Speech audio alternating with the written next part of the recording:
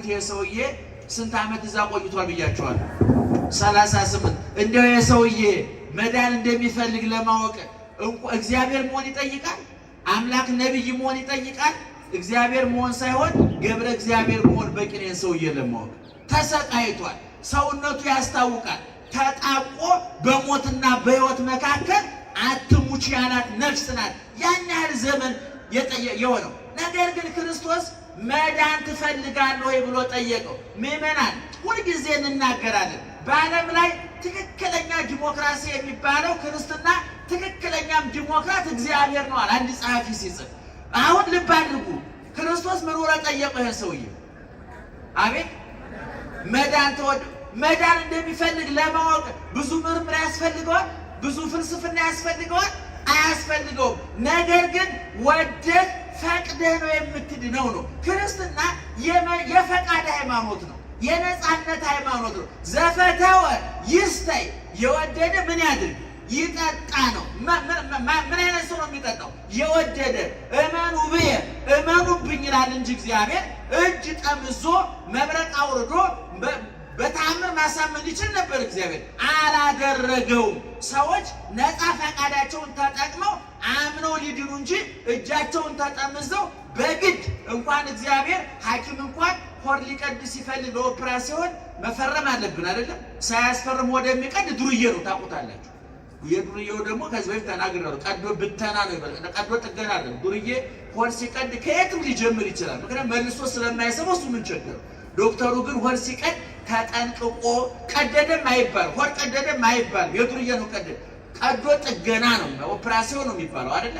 እንኳን እግዚአብሔር ሐኪሞች እንኳን ሳያስፈቅዱ ሰውን ኦፕራሲዮን ያደርጉ። እግዚአብሔር መዳን ትፈልጋለህ ወይ አለው። ሰውየው እንደው በእውነቱ ወንጌላዊ ዝርዝር ጉዳዩን ስላልጻፈልን ነው እንጂ ሳይደንቀው ሳይገርመው አይቀርም። አዎ ጌታዬ መዳን እፈልጋለሁ፣ ነገር ግን ምን ዋጋ አለው?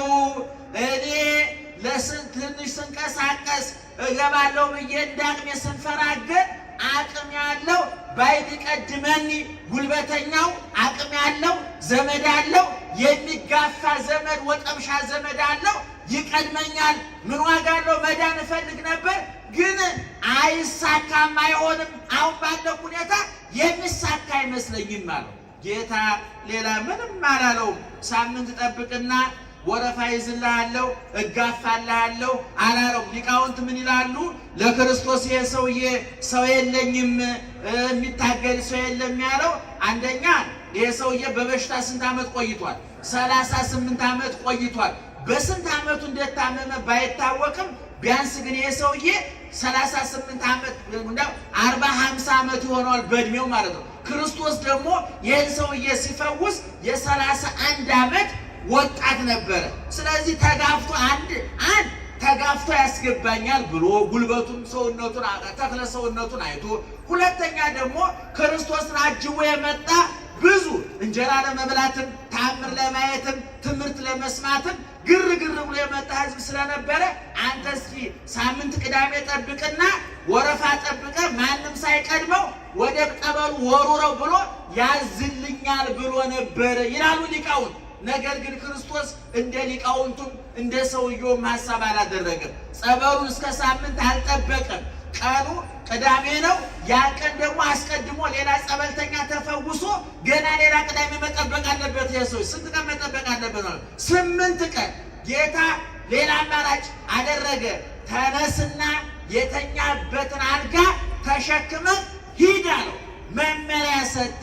ማገገሚያ ጊዜ አላለም እግዚአብሔር። ይህን ብላ፣ ያን ጠጣ፣ እንዲህ አድርግ፣ ተንቀሳቀስ፣ ስፖርት ስራ አላለም። ለዚህ ነው ሊቃውንተ ቤተ ክርስቲያን እግዚአብሔር ሲፈውስ አሰረ ደዌ ምልክት የለውም ይላሉ። ጠባሳ የለውም የክርስቶስ ፈውስ። ይቅር ሲልም ይቅርታው ትራፊ የለውም። ሲፈውስም ፈውሱ ጠባሳ የለውም።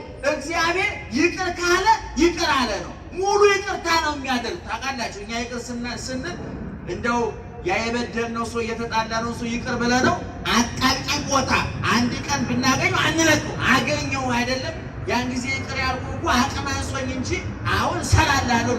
እግዚአብሔር ይቅር ካለ ይቅር አለ ነው። አመንዝሮቹን ደናግል አድርጓቸዋል። ወንበዴዎቹን የመንግስት የገነት ባለቤት አድርጓቸዋል። እነ ጴጥሮስ እነ ጳውሎስን ቀይሮ ሐዋርያት ቅዱሳን አድርጓቸዋል። እግዚአብሔር ይቅር ካለ ትራፊ ይቅርታ የለውም። የይቅርታ ትራፊ የለውም። ፈውሱም ጠባሳ የለውም። ተነስና አልጋህን ተሸክመህ ሂድ አለው። ጸበሉን ጠብቅ አላለውም። ፈውሱ በብዙ መንገድ ይደረጋል ማለት ነው። ይሄ ማለት ጸበሉን አይፈልገውም፣ ጸበሉ ልክ አይደለም እያለ አይደለም ኢየሱስ ክርስቶስ። በዚሁ ወንጌል ምዕራፍ 9 ላይ ደግሞ ሌላ በሽተኛ ፈውሷል ኢየሱስ ክርስቶስ። ግንባር ልሙጥ ግንባር የነበረ አይነ ስውር አይደለም የሚያኘው ልሙጥ ነው፣ የዓይን ቅርጽ ያልነበረው ያኛው ምን አደረገ? ምራቁን እንትፍ ብሎ ጭቃ ግንባሩን ቀብቶ ሁርት ሐጸብ በምጥማቃተ ሰሊሆም በሚባል በፈሳሽ ውሃ ሂድና ታጠብ ብሎታል። አያችሁ፣ አስፈላጊ ሲሆን በውሃ ይፈውሳል፣ አስፈላጊ ሲሆን በአፈር ይፈውሳል፣ አስፈላጊ ሲሆን በእንጨት ይፈውሳል፣ አስፈላጊ ሲሆን በቃሉ ይፈውሳል። አሁን ተነስና አልጋህን ተሸክመህ ምን በል ሂድ አለው። ስንት ዓመቱ ነው የሰውዬ? 38 ዓመት። እንኳን በበሽታ ዝም ብሎ መኖር እየሰለቻቸው ሰዎች ታንቀው ይሞታል። አንድ ሰውዬ በትዳር 40 ዓመት የቆዩ ሰዎች ላይ ተገኝቶ 40 ዓመት እንኳን በትዳር ዝም ብሎ መኖር ይሰለቻል። እንኳን በትዳርና 38 ዓመት በበሽታ የኖረ ካልጋ ተንቀሳቅሶ የማያውቅ ልምሾ የሆነ እጁ እግሩ የሰለለ ቆዳው የሰለለ ሰውነቱ ያለቀ ተስፋ የቆረጠ ሰው ተነስ አልጋህን ተሸክመህ ሲለው አዲስ ፍጥረት ሆነ፣ ወጠምሻ ሆነ፣ ጉልበተኛ ሆነ። የቀደመ ውበቱ የቀደመ መልኩ ተመለሰለትና አልጋውን ተሸክሞ ወደ ቤቱ ሄደ። ይህ ሰው የተፈወሰበት ቀን ደግሞ ምን ቀን ነው ብያቸዋለሁ? የሰንበት ቀን። ሰዎች በዘመኑ የነበሩ ካህናት አገኙትና አንተ ዛሬ እኮ ቅዳሜ ነው፣ እንዴት በቅዳሜ ቀን አልጋ ተሸክመ ወደዚህ ወዳ ትላለህ ብለው አምባጓሮ አነሱ። 38 ዓመት ሙሉ አልጋ ላይ ተጣብቆ መዳን እየናፈቀው ሕይወት እየናፈቀው መንቀሳቀስ እየናፈቀው የት ወደህ ምን በላህ ምን ለበስ ምን እናድርግልህ ብለው ጠይቀውት የማያውቁ ሰዎች አሁን ሲድን ሌላ ችግር አመጡ። ከዛ በኋላ ኧረ እኔ አይደል ሰውየው በእውነቱ እንደው ያልጋ ጥገኛ በሽታው የሥጋ ብቻ የአእምሮ በሽተኛም ነበር፣ መጥፎ ሰው ነበር። ይገርማቸዋል። በኃጢአቱ ጭምር ነው መከራ የመጣበት ብሎ መጽሐፉ። ምክንያቱም ክርስቶስ ሁለተኛ እንዳትበድል ብሎታል። በፊት በድሎ ነበር ማለት ነው። ሁለተኛ እንዳትበድል ቀሩ። ከዛ በኋላ እኔ ምን ላድርግ አልጋህን ተሸክመህ ሂድ አለኝ እኮ እሱ ነው። እኔ ምን ላድርግ ብሎ ከሳሽ ሆነ። ልባሉ ማን ነው እሱ? እኔ አላውቀውም። በኋላ በሕዝብ መካከል ክርስቶስን ሲያገኘው አሁን መጣልኝ፣ ሳያው መጣ፣ ስሙ ጠፍቶ የነበረ ይህ ሰውዬ ነው የፈወሰኝ ብሎ ክርስቶስን ጠቁሞ ለጠላቶቹ አስያዘው፣ አሳልፎ ሰጠው ማለት ነው። ከዛ በኋላ አይሁድ ደግሞ ጠምደውት ነበር ክርስቶስንና አንደኛ ሰንበትን ይሽራል፣ ሁለተኛ ራሱን እግዚአብሔር አባቴ ነው ይላል ማለት ያስተኤር ይርሶ ምስለ እግዚአብሔር ራሱን ከእግዚአብሔር ጋር ያስተካክላል ብለው በጠላትነት ተነስተውበት ነበርና ጠላቶቹ ክሳቸውን አጠናከሩ፣ ጥላቻቸውን ጨመሩ። ክርስቶስ በዚህ ጊዜ እንዲህ አለ፣ አቡዬ እስከ ይዜ ይገብር፣ አባቴ እስከ ዛሬ እየሰራ ነበረ። ክረምትና በጋውን ያመላልሳል፣ ማያትን ውሃዎችን ያፈሳል፣ ፍጥረታትን ይመግባል። እኔም ይህንኑ አደርጋለሁ። እግዚአብሔር ጋር አስተካክላለሁ ብቻ ሳይሆን ራሴ ማን ነኝ ማለቱ ነው፣ እግዚአብሔር ነኝ ማለቱ ነው። ስለዚህ ከዚህ በኋላ ሰዎች አብን እንደሚያከብሩት ወልድን ያከብሩት ዘንድ ስልጣን ሰጠው። አብ ለሙታን ሕይወት እንደሚሰጣቸው ወልድም ሕይወት ይሰጣቸው ዘንድ ክርስቶስ ሕይወት ሰጭ አምላክ ፈጣሪ መሆኑን ተናገር። ባጭሩ ምእመናን ሰንበት ነው። እጥር ምጥን ሰብሰብ አድርገን እንንገራችሁ። ይሄ የዛሬ 2000 ዓመት የተፈጸመ እውነተኛ ታሪክ ነው። ክርስቶስ ካደረጋቸው ተአምራት መካከል ነው። ጸበሉ የዛሬ 2000 ዓመት የነበረ ነው። በሽተኞቹ የዛሬ 2000 ዓመት የነበሩ ናቸው። ይሄ ያልኳቸው አልጋውን ተሸክሞ ሂዶ እንደገና ከሳሽና ወንጃይ የሆነው ሰውዬ ዛሬ የለም። እኛ ምንድነው የምንማረው? ከዚህ ምን መማር አለብን? ዛሬ ጸበሉ ዛሬም አለ፣ በሽተኞቹ ዛሬም አሉ። ሊቃውንተ ቤተ ክርስቲያን በሽታን በሁለት ይከፍሉታል፣ ስጋዊ በሽታና የነፍስ በሽታ ሕማመ ሥጋና ሕማመ ነፍስ፣ ደዌ ሥጋና ደዌ ነፍስ ብለው በሁለት ይከፍሉታል። የሥጋ በሽታ እንደምታዩት ነው። ሰው ዓይኑን ሊያጣ ይችላል፣ ጆሮውን ሊያጣ ይችላል፣ እጁን እግሩን ሊያጣ ይችላል። በውስጥ ደዌ፣ በካንሰሩ፣ በኤችአይቪ በብዙ አይነት በሽታ ሊሞት ይችላል። ይሄ ሥጋዊ በሽታ ነው። የነፍስ በሽታ ደግሞ ከውስጥ ነው። የነፍስ ደዌሃ ለነፍስ ኃጢአት፣ የነፍስ ደግሞ በሽታዋ ምንድነው? ኃጢአት ነው። እግዚአብሔር ከሁለቱም በሽታ መፈወስ ይችላል። ሊቃውንት ምን ይላሉ? ሕሙማነ ነፍስን ሕሙማነ ሥጋን በተአምራት ሕሙማነ ነፍስን በትምህርት። ወገኖቼ ብዙዎቻችን ከውጭ ያለው ጆሮአችን ይሰማል፣ ዓይናችን ያያል፣ እጃችን እግራችን ይጨብጣል፣ ይራመዳል፣ ልባችን ደም ይረጫል፣ ያሰራጫል፣ ኩላሊታችን ያጣራል፣ ጉበታችን ሁሉ ስራ ላይ ነው። ግን የነዚህ መሟላት የጤነኝነት ምልክት ነው ወይ? አንዳንዱ በውስጡ የታመመ አለ፣ በውስጥ የሚያነባ ሕይወቱ የታወከ ሰላም ያጣ አይምሮ እረፍት ያጣ በኃጢአት አልጋ ላይ የተኛ 38 ዓመት የቃመ ሰው የለም። 38 ዓመት የጠጣ ሰው የለም። 38 ዓመት ያመነዘረ ሰው የለም። 38 ዓመት ሙሉ በነፍሰ ገዳይነት፣ በቂም፣ በበቀል፣ በሟርት፣ በመተት፣ በጥላቻ የተዋጠ ሰው የለም። ክርስቶስ ከአልጋህን ተሸክመ ኪደን ሊለው የሚገባ በመካከላችን የለም ወይ ብለን ስንጠይቅ ዛሬም አለ። ፈውሱ ዛሬም አለ። እግዚአብሔር እስራ ላይ ነው። ኦርቶዶክሳዊ ተዋሕዶ ቤተክርስቲያን እስራ ላይ ናት። ዛሬም እግዚአብሔር የሞቱትን ያስነሳል። ዛሬም እግዚአብሔር ተስፋ የቆረጡትን ተስፋ ያለመልማል። እግዚአብሔር በወጀብና በአውሎ ነፋስ ውስጥ ምን አለው? መንገድ አለው። በምን ውስጥ? በወጀብ ውስጥ፣ በአውሎ ነፋስ ውስጥ። ዓለም መንገድ የለውም ብሎ እስኪ ልብ አድርጉ። ይሄ በሽተኛ 38 ዓመት አልጋ ላይ ተኝቶ እንደው አንድ ቀን የተኛውበትን አልጋ ተሸክሜ እሄዳለሁ ብሎ አስቦ የሚያስብ ይመስላችኋል? አላሰበም። እንደው እንጭልጫይ ትንሽዬ ተስፋ የነበረችው ምንድን ነው? አንድ ቀን በሳምንት አንድ ቀን ከሚፈወሰው መካከል ልሆን እችላለሁ ብሎ ነው እዛ ጸበሉን አይን እያየ እንደው በእውነቱ እንደው መራብ አንድ ነገር ነው። ዳቦ እያዩ መራብ ግን ከባድ ነው ወገኖቻችን። ዳቦ ፊት ለፊታችሁ ምግቡ ተዘጋጅቶ አይናችሁ እያየ መራብ ስቃይ ነው። ውሃ ጥም ይዟችሁ ውሃ ፊታችሁ እያለ መጠማት ከባድ ነው። ይህ ሰውዬ 38 ዓመት ሙሉ አልጋ ላይ ተጣብቆ የቆየው ጸበሉን ያየዋል አያየውም? ያየዋል አያየውም? ያየዋል። ፊት ለፊት ጸበሉ ሰውየው በሳምንት አንድ ቀን 38 ዓመት እኮ እንደው በሳምንት አንድ ቀን 38ን በ52 ብታባዙት ስንት ሰው እንደተፈወሰ እኮ ይታወቃል። እነዚህ ሁሉ ሰዎች እየተፈወሱ እያመሰገኑ አይነ ስውሩ አይኑ በርቶ አንካሳው እግሩ ተጠግኖ ሲሄድ አይቷል። ይሄ ሰው ያን ሁሉ እያየ ከነገ ዛሬ አንድ ነገር ይሆናል እያለ እየጠበቀ የነበረ ባልታሰበ ቦታ እግዚአብሔር ተገኘ። ሰዎች በተጸየፉት ቦታ፣ ሰዎች በናቁት ቦታ ዘወር ብለው አፍንጫቸውን አፍነው ፊታቸውን ጋርደው በሚሄዱበት ቦታ የሰማይና የምድር ንጉሥ፣ የጌቶቹ ጌታ፣ የነገስታቱ ንጉሥ፣ ሰማይ ዙፋኑ፣ ምድሩ የእግሩ መረገጫ የሆነችለት የፈውስ ባለቤት ሳይሆን ራሱ ፈውስ የሆነው ክርስቶስ ተገኘና አልጋን ተሸከመ ኪዳን።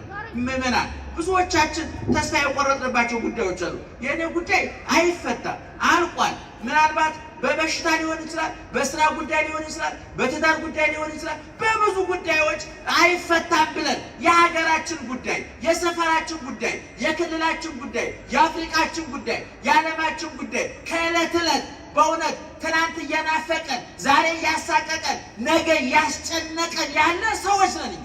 እግዚአብሔር ግን መለወጥ ይችላል፣ መቀየር ይችላል። ኢትዮጵያ ከክፋት፣ ከተንኮል፣ ከመከፋፈል፣ ከመለያየት፣ ካለመስማማት፣ ከደም መፍሰስ፣ ከመፈናቀል፣ ከመሰደድ፣ ከመራብ፣ ከመጠማት አልጋ ተነሽላት ይችላል አይችልም? እግዚአብሔር ሊለውጣት ይችላል አይችልም? እግዚአብሔር ይችላል። ነገር ግን እግዚአብሔር ስራ እንዲሰራ ምን ያስፈልገዋል? መዳን ትፈልጋላችሁ ወይ ስንባል ምን ማለት አለብን? አቤት አዎ። የሰውዬ አዎ ብሎ ነበር። ቀጥሎ ግን ምንድነው ያለው? ነገር ግን ብሎ የጨመራት ነገር አለ። ምን የለኝም አለ? ሰው የለኝም አለ። እኛ ሰው አለን፣ ይክበር ይመስገን። በመጀመሪያ እግዚአብሔር አለን። እግዚአብሔር አለን ብቻ አይደለም፣ እግዚአብሔር እንደኛው ሰው የሆነ በአጭር ቁመት በጠባብ ደረት የተወሰነ በበረት የተገኘ በዮርዳኖስ የተገኘ በቀራንዮ የተገኘ የተራበ የተጠማ ረሃባችንን እንደ አምላክነቱ ብቻ ሳይሆን እንደ ሰውነቱ ዳሶ ተርቦ ረሃባችን አይቶታል። ተጠምቶ ጥማችን አይቶታል። ተራብቶ ብርድን ቀምሶታል። ሙቶ ሞትን ቀምሶታል። ተሰድቦ የስድብን ምሬት ቀምሶታል። መሰደዱን ቀምሶታል። ሁሉን ነገር ያውቀዋል የኛ ጌታ። ስለዚህ እኛ ሰው የለንም ብቻ ሳይሆን አምላካችን ከማን ጋር ነው? ከኛ ጋራ ነው። ከዛ በታች እመቤታችን አለች። መልአኩ ጸበሉን የባረከው መልአክ ዛሬ ሚካኤል፣ ገብርኤል፣ ሩፋኤል፣ ራጉኤል፣ ሳቁኤል፣ ፋኑኤል፣ ሱሪያል ሰባቱ ሊቃነ መላእክት ረቂቃን ኃያላን የማይዳሰሱ የማይጨበጡ የማይራቡ የማይጠሙ በቦታ በጊዜ በሁኔታ እንዳይወሰኑ አድርጎ እግዚአብሔር የትም የሚልካቸው እስር ቤት ብንገባ እስር ቤቱን ከፍተው ወደ መቃብር ብንወርድ መቃብሩን ከፍተው የሚገኙ አንበሳ የሚያሰግዱ እሳት የሚያበርዱ መና የሚያወርዱ ቅዱሳን መላእክት ከማን ጋር ናቸው? ከኛ ጋራ ናቸው። እኛ ሰው የለንም ማለት ምእመናን። ሰው አለ፣ ቤተ ክርስቲያን አለች፣ ስጋ ወደሙ አለ፣ ንስሐ አለ፣ ካህናቱ አሉ፣ ፈውስ ዛሬም አለ። ትልቁ ጥያቄ አዎ መዳን እፈልጋለሁ ማለት ነው። መዳን እፈልጋለሁ ማለት ምንድነው? ንስሐ መግባት ነው። እኔ የዛሬ 4 ዓመት አንድ ጋዜጠኛ ጨርሻለሁ እንዲህ ብሎ ጠየቀኝ። እንደው ኢትዮጵያ ውስጥ ብዙ ሃይማኖቶች አሉ። በየሃይማኖቱ ብዙ ጸሎት ይጸለያል። በቤተ ክርስቲያን ማሕሌቱ አለ፣ ሰዓታቱ አለ፣ ቅዳሴው አለ፣ ንግሱ አለ። ህዝቡ ቤተ ክርስቲያን ያጣብቀዋል፣ ያጨናንቀዋል።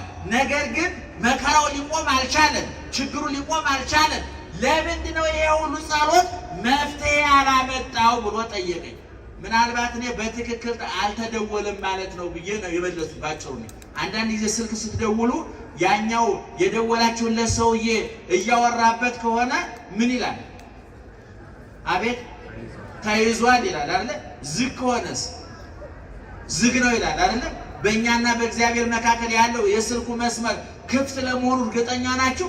ከእግዚአብሔር በኩል ስልኩ ጥሩ ነው፣ በእኛ በኩል ኔትወርክ የለም። ታውቃላችሁ፣ አሁን እነዚህ አሜሪካን ስንደውል የእነሱ ኔትወርክ ይሰራል፣ የእኛ ኔትወርክ አይሰራም። ስለዚህ ከመነሻው ነው ችግሩ ማለት ነው። አያችሁ፣ እኛ ጋር ነው ያለው። በትንቢተ ኢሳይያስ ምዕራፍ 59 ቁጥር 1 ላይ እንዲህ ብሎ ተናገረ እግዚአብሔር፣ ጆሮዬ ከመስማት አልደነቆረም፣ እጄ ከማዳን አላጠረም። ዛሬም በሥራ ላይ ነኝ፣ ነገር ግን በእናንተና በእኔ መካከል ኃጢአታችሁ ግድግዳ ሆኖ ቆሟል። ምናልባት ቅዳሴ በቴሌቪዥን መጥቷል፣ በፌስቡክ መጥቷል። ምህላው አንዳንድ ጊዜ ወደ ቴሌቪዥን እየተላለፈ ወደ ላይ መውጣት ተስኖት ቢሆንስ ቅዳሴያችን ፌስቡክ ላይ እግዚኦታው መሐረድ እንሰማዋለን። ዛሬ ብዙ ነገሮች እንዲያውም ይገርማቸው በዚህ 7 እና 8 ዓመት ከወጣው የዘፈን አልበም ይልቅ በብዙ እጥፍ የወጣው መዝሙር ይበልጣል።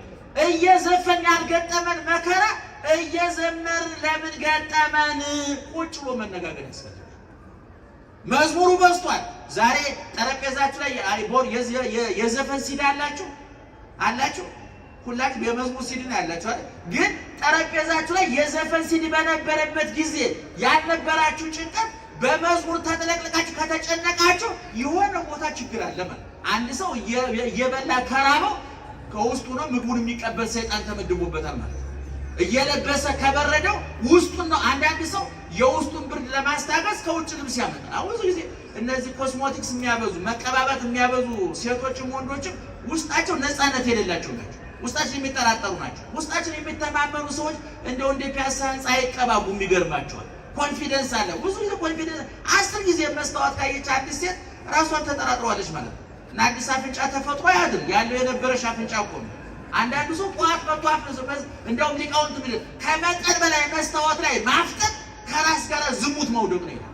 በተለይ ወንዶቹ ያው ወንድ ልጅ ተቀባብቶ መስታወት አፍጦ እንዲህ ወደ ሴት ማሽቆልቆል ይባላል። ወይ ሐሞቱ የፈሰሰ ወንድ ልጅ እንደውም ጀግና እንጂ ግን ቆንጆ አይባልም። የወንድ ቆንጆ የለም። እንትና የሰማይ ነው የወንድ ጀግና ነው ያለ።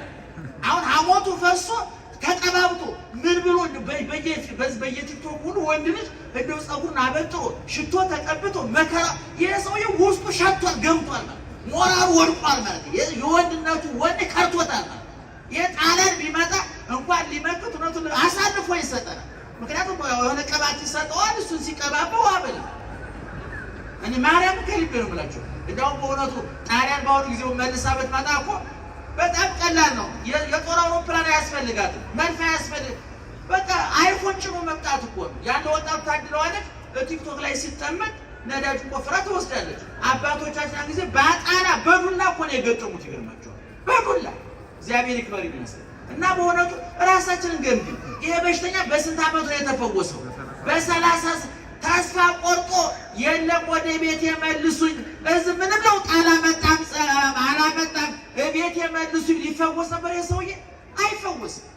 በየጠንቋይ ቤት የሚንከራተቱ አሉ። ይሄን ትተው እኔ አስቀደሱ ገዳማ ዞር መጸወት እመቤቴን ዘከሩ ጻድቁን ዘከሩ መላኩን ዘከሩ እግዚአብሔርንም እንደው ተማጸውት ትቶኛል እሱ እዳ እስኪ ደግሞ ልሞክረው ብለው እግዚአብሔርን ትተው ጠንቋይ ቤት ይሄዱ ያሉ አይደል እንዴ? ጸበሉን ትተው ድራፍት የተጋቱ አሉ አይደል እንዴ? ዕጣኑን ትተው በሲጋራ የታጠኑ አሉ አይደል እንዴ? ደህና